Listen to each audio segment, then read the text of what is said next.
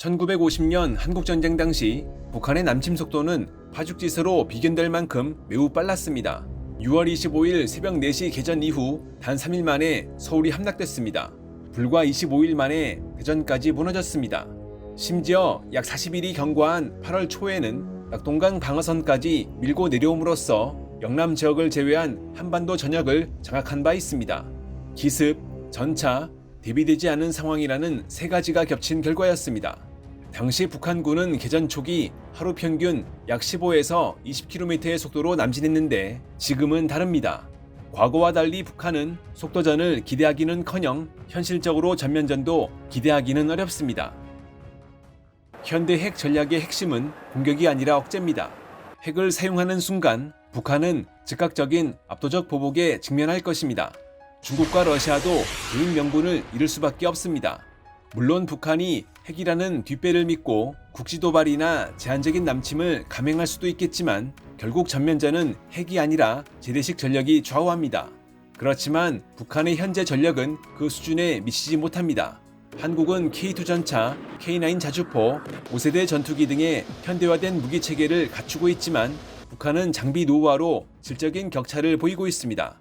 현대전은 지상전이 아니라 공중에서 승부가 갈립니다. 한국은 F-35 스텔스 전투기와 정밀 유도 무기를 통해 전쟁 초기 북한의 지휘시설과 방공망을 타격할 수 있습니다. 반면 북한은 이를 막을 수단이 제한적입니다. 현대전은 장기전이 아니라 전쟁 초반 48시간이 승패를 좌우합니다. 이 시간 안에 지휘체계가 무너지면 전면전 자체가 성립하기 어렵습니다.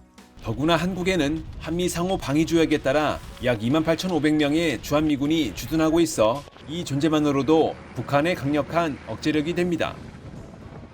경제는 더 치명적인 문제입니다. 지금 북한 경제는 한국과 비교 자체가 어렵습니다. 소득 차이는 30배 이상 벌어져 있는 데다 국방비 자체도 북한은 GDP의 25% 내외를 쏟아붓고 있지만 절대 금액은 한국의 10분의 1 수준에 불과합니다. 문제는 돈이 아니라 구조입니다. 전쟁을 유지할 산업 기반이 없습니다. 전쟁 수행의 핵심인 석유 제품을 주로 중국에 의존하고 있는데 전쟁이 발발하면 수입선은 차단될 것이 분명해 사실상 전차와 전투기, 함정은 며칠 내 멈출 가능성이 큽니다. 보급 상황도 마찬가지입니다. 전쟁 물자를 최전방으로 실어나를 철도, 도로, 전력망이 극도로 노후화됐습니다. 발전소 부족으로 인한 만성적인 전력난은 군수공장의 가동률을 떨어뜨려 전시 생산 체제 유지를 불가능하게 만들 것입니다. 일각에서 제기하는 남침 이후 주유소 등에서 기름을 얻을 수 있을 것이란 주장도 문제가 많습니다. 당장 위기 상황에서 한국 내부의 폭발적인 수요로 인해 고갈될 수 있고 설령 남아있다고 하더라도 한국 주유소는 전기가 끊기면 작동하지 않습니다. 또한 노즐 규격도 다를 것이고 정제 방식의 차이로 주유 시 북한의 노후 장비에도 문제가 있을 수 있습니다.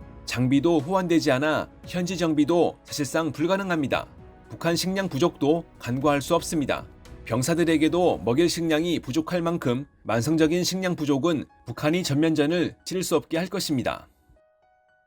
현실적인 북한군의 상태도 봐야 합니다. 병력 숫자와 실제 전투력은 다른 문제입니다. 북한이 20만 명의 특수작전 병력을 포함해 대략 120만 명의 병력을 보유하고 있다고 자랑하며 한국을 위협하고 있지만 실제 전투력은 기대보다 낮을 가능성이 큽니다. 북한의 대규모 병력이 세계에서 가장 긴 복무 기간을 채우고 있어도 그 기간의 상당 부분을 총 대신 삽을 들고 보낸다는 건 현실입니다. 실제 김정은 정권이 추진하는 대규모 산림집 건설이나 지방공장 건설 사업에는 거의 대부분 군인들이 투입되고 있고 농번기 농촌 지원에도 동원되고 있는 실정입니다. 상당수 병력이 사실상 노동에 투입되고 있는 것입니다. 만성적인 훈련 부족에 시달릴 것이 분명해 이로 인해 부대 기강이나 충성심도 생각보다는 많이 약할 것입니다. 낮은 장비 가동률도 영향을 미칠 것입니다. 전차나 전투기 등은 연료와 부품 부족으로 방치될 것이고 병사들이 노동에 투입되면서 유지보수마저 제대로 이루어지지 못해 실제 작동 가능한 장비도 제한적일 가능성이 큽니다. 1950년 북한이 기습하기 전까지만 해도 우리 군은 거의 몰랐습니다. 하지만 지금은 다릅니다. 정찰, 통신, 지휘가 하나로 묶여 움직이는 구조에서 북한은 이 네트워크 능력이 크게 부족합니다. 더구나 현대전은 사전 징후를 포착할 수 있어 과거와 같은 기습은 사실상 어렵습니다. 북한이 전면전을 하려면 수천 대의 전차나 차량에 기름을 넣고 병력을 전방으로 보내야 하는데 이러한 준비 과정이 정찰 위성이나 글로벌 호크와 같은 한미 연합 자산에 실시간으로 노출될 가능성이 큽니다. 게다가 과거에 비해 고도로 발전한 현대에선 스마트폰 보급이 활발해 사전 이상 징후는 북한 내부의 정보 유출로도 새어나올 수 있습니다. 과거와 달라진 한국의 환경도 북한의 발목을 잡을 것입니다. 현재 서울에는 초고층 빌딩이나 고층 아파트들이 즐비해 사실상 거대한 도시 요새입니다. 북한군 입장에선 아주 운 좋게 서울로 진격했다고 해도 빌딩, 아파트, 골목마다 숨어있는 국군을 상대해야 합니다. 어디서 갑자기 대전차 미사일이 날아올지 모르는 병력 소모가 급격히 발생할 수밖에 없는 구조입니다. 게다가 2025년 6월 기준 한국에는 약 2641만 대의 차량이 등록되어 있는데 그중 서울에만 약 319만 대에 달해 북한군이 수많은 차량이 뒤엉킨 도로를 진입하거나 빠져나오기에도 쉽지 않을 것입니다. 문화 충격도 예상할 수 있습니다. 이미 북한 사회에 한국 문화가 암암리에 퍼졌겠지만 남침 과정에서 북한 병사들이 한국의 발전된 모습과 문화를 직접 접하게 되면 심각한 사상적 동요가 발생해 외려 북한 내부에 위협이 될 수도 있습니다. 중국과 러시아의 입장도 봐야 합니다. 1950년 당시만 해도 북한은 소련과 중국의 적극적인 지지와 승인을 받으며 남침을 시도했습니다. 그렇지만 현재는 다릅니다.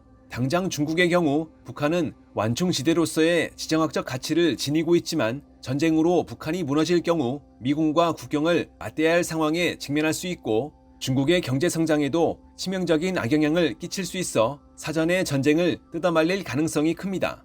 더구나 중국의 물자 공급 또한 중단될 것이라 북한의 전쟁 수행 능력은 꺾일 수밖에 없습니다. 2024년 6월 러시아는 북한과 상호 군사원조 제공의 내용이 담긴 포괄적인 전략적 동반자 관계 조약을 체결했습니다.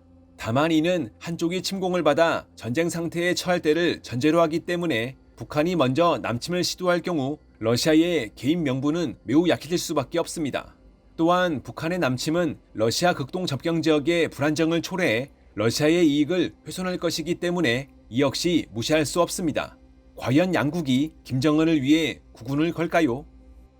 끝으로 가진 것이 많은 자가 잃을 것을 더 두려워한다는 사실도 직시해야 합니다. 일각에서 김정은이 세계에서 손꼽히는 부자라고 분석하고 있을 정도로 실제 김정은이 가진 건 많습니다. 쉽게 북한 전체가 김정은의 것이라고 봐야 합니다. 이런 김정은이 전쟁을 감행한다는 건 가지고 있는 모든 것을 포기한다는 것인데 완전히 코너에 몰려있지 않는 한 웬만해서는 현 체제를 유지하려고 할 것입니다. 북한이 전면전을 선택하기 어려운 이유는 분명합니다. 하지만 위험이 사라진 건 아닙니다. 국지 도발과 사이버 공격은 언제든 현실이 될 수 있습니다. 경계는 멈추는 순간 무너집니다.